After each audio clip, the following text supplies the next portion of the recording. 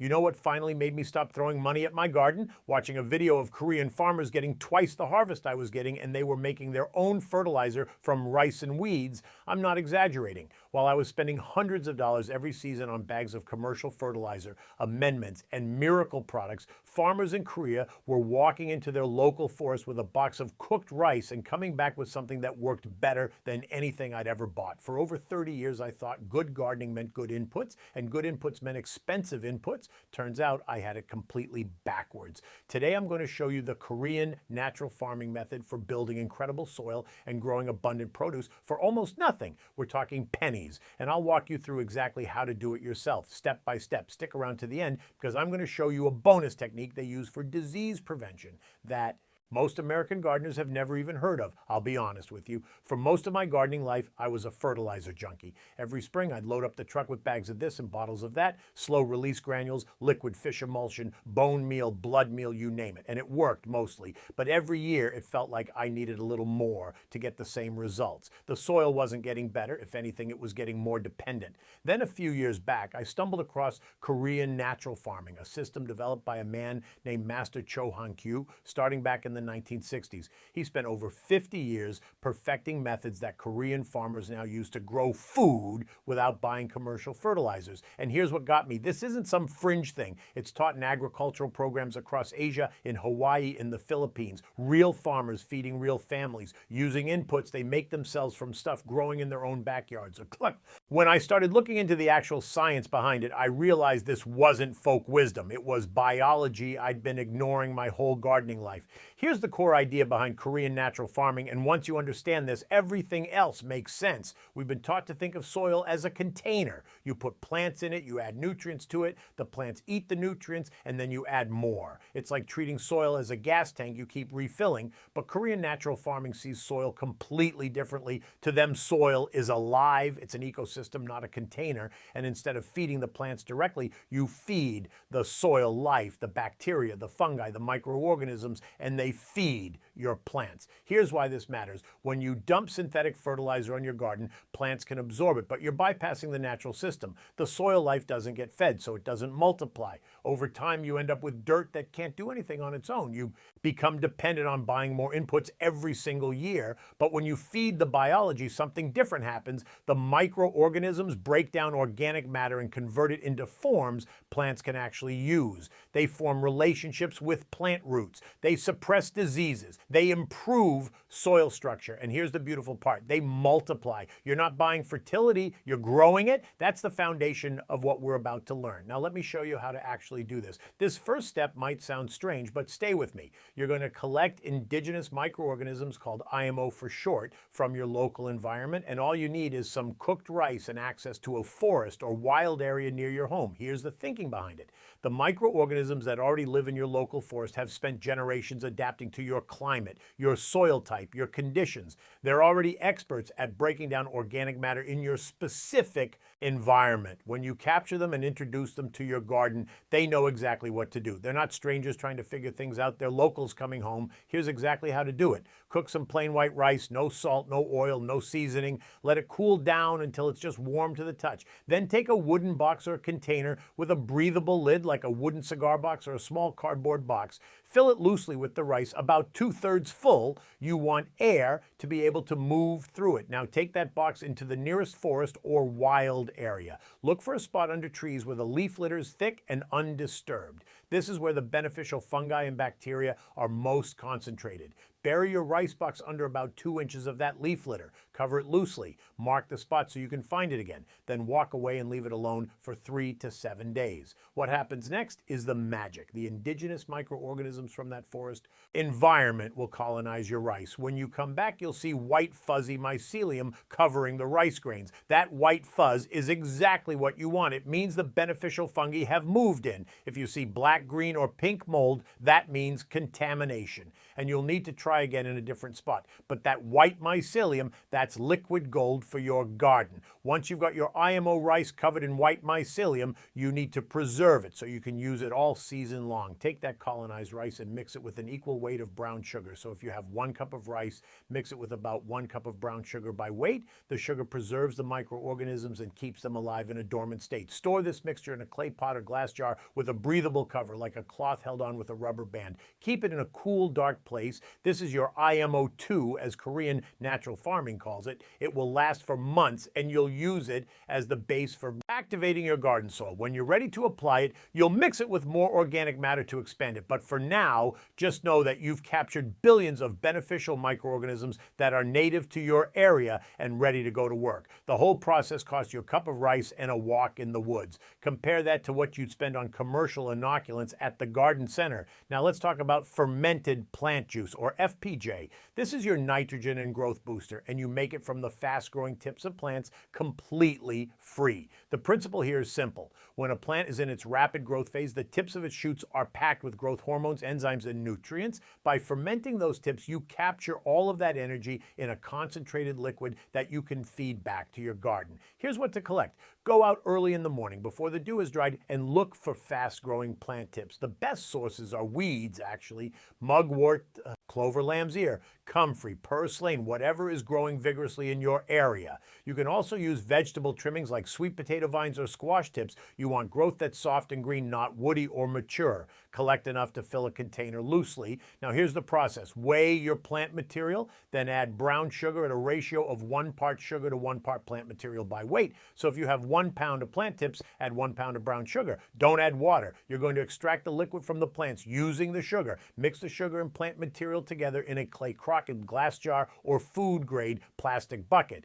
Really work the sugar into the plant material with your hands, then press it down firmly with a weight or a plate and cover the container with a cloth. Over the next 7 to 10 days, the sugar will pull moisture out of the plants through osmosis, and natural fermentation will occur. You'll see liquid pooling at the bottom. Stir it gently every couple of days. When the bubbling slows down and the liquid smells sweet and slightly sour like a mild vinegar, your FPJ is ready. Strain out the plant material and store the liquid in a glass jar. Don't seal it airtight because it's still alive and will release small amounts of gas. This will keep for months in a cool, dark spot. When your plants need a growth boost, especially during their vegetative stage, you'll dilute this at a ratio of about 500 to 1,000 to 1 with water and apply it as a foliar spray or soil drench. 500 to 1 means 1 teaspoon per gallon of water. A single batch made from weeds you pulled from your own yard can feed your garden for an entire season. Total cost, the brown sugar, which runs a few dollars for a big bag. Here's what I love about this.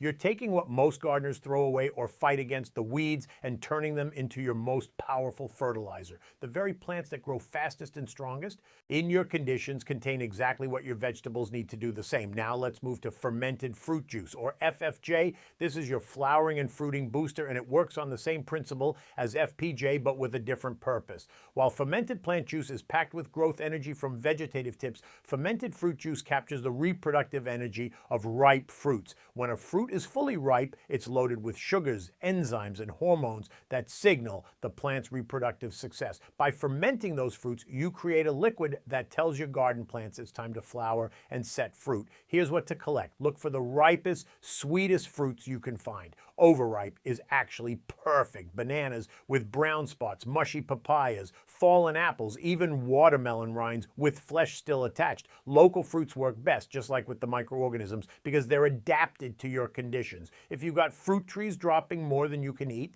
this is the perfect use for that abundance. You can also use reject produce from farmers markets or the discount bin at the grocery store. The process is identical to making FPJ. Weigh your fruit, add an equal weight of brown sugar, mix thoroughly, press it down, cover with a cloth, and let it ferment for 7 to 10 days. The finished product will be a dark, syrupy liquid with a sweet, fruity, slightly alcoholic smell. Strain it and store it the same way. When your tomatoes are flowering, when your squash is setting fruit, when your peppers are in bloom, that's when you reach for FFJ. Same dilution ratio, 500 to 1,000 to 1 with water. Apply it as a foliar spray in the early morning or as a soil drench around the root zone. You're essentially telling your plants that conditions are right for reproduction, and they respond respond by putting their energy into flowers and fruit. Between FPJ for growth and FFJ for fruiting, you've got the two main stages of plant development covered, and you've made both of them yourself from materials that would otherwise go to waste. If you're finding value in learning how Korean farmers approach soil fertility, hit that subscribe button. I've been diving deep into these traditional methods, and there's a lot more to share.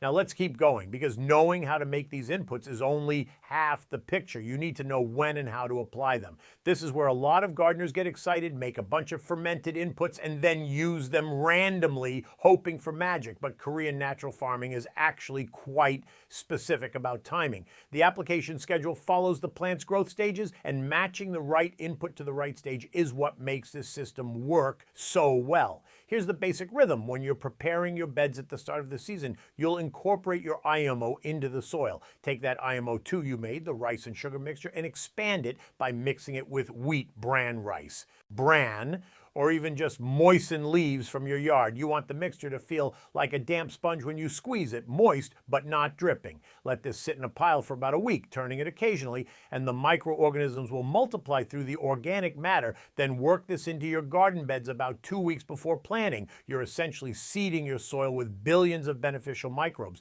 Once your plants are in the ground and actively growing, that's when you start using FPJ. During the vegetative stage, when plants are putting out new leaves and getting established, apply diluted FPJ once a week. You can spray it directly on the leaves in the early morning or water it into the soil around the base of the plants. The enzymes and growth hormones get absorbed quickly and fuel that green leafy growth. When you start seeing flower buds forming, switch to FFJ. This is the signal that your plants are transitioning from growth to reproduction, and FFJ supports that shift. Continue weekly applications through the flowering and fruiting period. Some Korean natural farming practitioners alternate between FPJ and FFJ during this stage, applying one on the first week and the other on the second week to keep both growth and reproduction balanced. Here's a visual cue to watch for. When your plants are responding well to these inputs, you'll notice the leaves have a certain shine to them, a healthy gloss that looks different from plants-fed synthetic fertilizers. The color will be a deep, rich green, not the pale or bluish tones you sometimes see with chemical feeds. Growth will be steady and strong, not explosive and leggy. That's how you know the biology is working. One thing I want to be straight with you about, this isn't a quick fix. If your soil has been fed synthetic fertilizers for years, the microbial life has likely declined. It takes time to rebuild that ecosystem. Give it one full growing season before you judge the results. By the second year, most gardeners see dramatic improvements in soil structure, plant health, and overall yields. Korean natural farming is about building something sustainable, not chasing instant results. Now let's talk about what most gardeners get wrong and how the Korean natural farming approach handles things differently. I did a lot of these myself for years, so there's no judgment here, just some observations that might help. The first pattern is chasing numbers on a soil test. Conventional gardening teaches us to test our soil, see what's deficient, and add amendments to hit target numbers for nitrogen, phosphorus, and potassium. But Korean natural farming doesn't obsess over those numbers. Here's why. When your soil biology is healthy, nutrients cycle constantly. Microorganisms are breaking down organic matter, releasing nutrients, and making them available exactly when plants need them. The numbers on a snapshot soil test don't capture that dynamic process. Instead of chasing numbers, K&F focuses on feeding the biology and letting the biology handle the chemistry. The second pattern is sterilizing everything. We've been taught that garden diseases come from bad organisms, so we sanitize our tools, we solarize our soil, we spray fungicides. But when you sterilize soil, you kill the good organisms along with the bad, and you create a vacuum that gets filled by whatever shows up first, often pathogens. Korean natural farming takes the opposite approach. By flooding your soil with beneficial microorganisms, you create competition.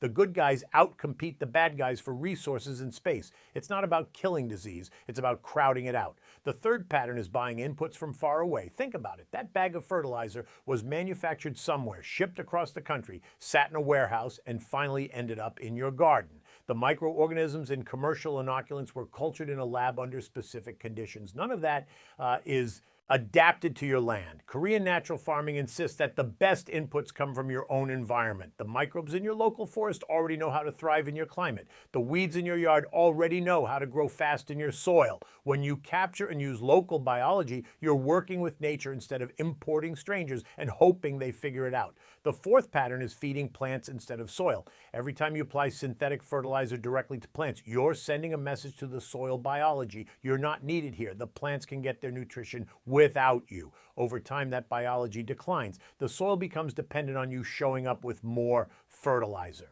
Korean natural farming reverses this relationship. You feed the soil life feeds the plants, and the system becomes more self-sufficient every year. Your job gets easier, not harder. The fifth pattern is treating every problem with a product. Yellow leaves, there's aphids, there's a treatment. Blossom end rot, buy some calcium.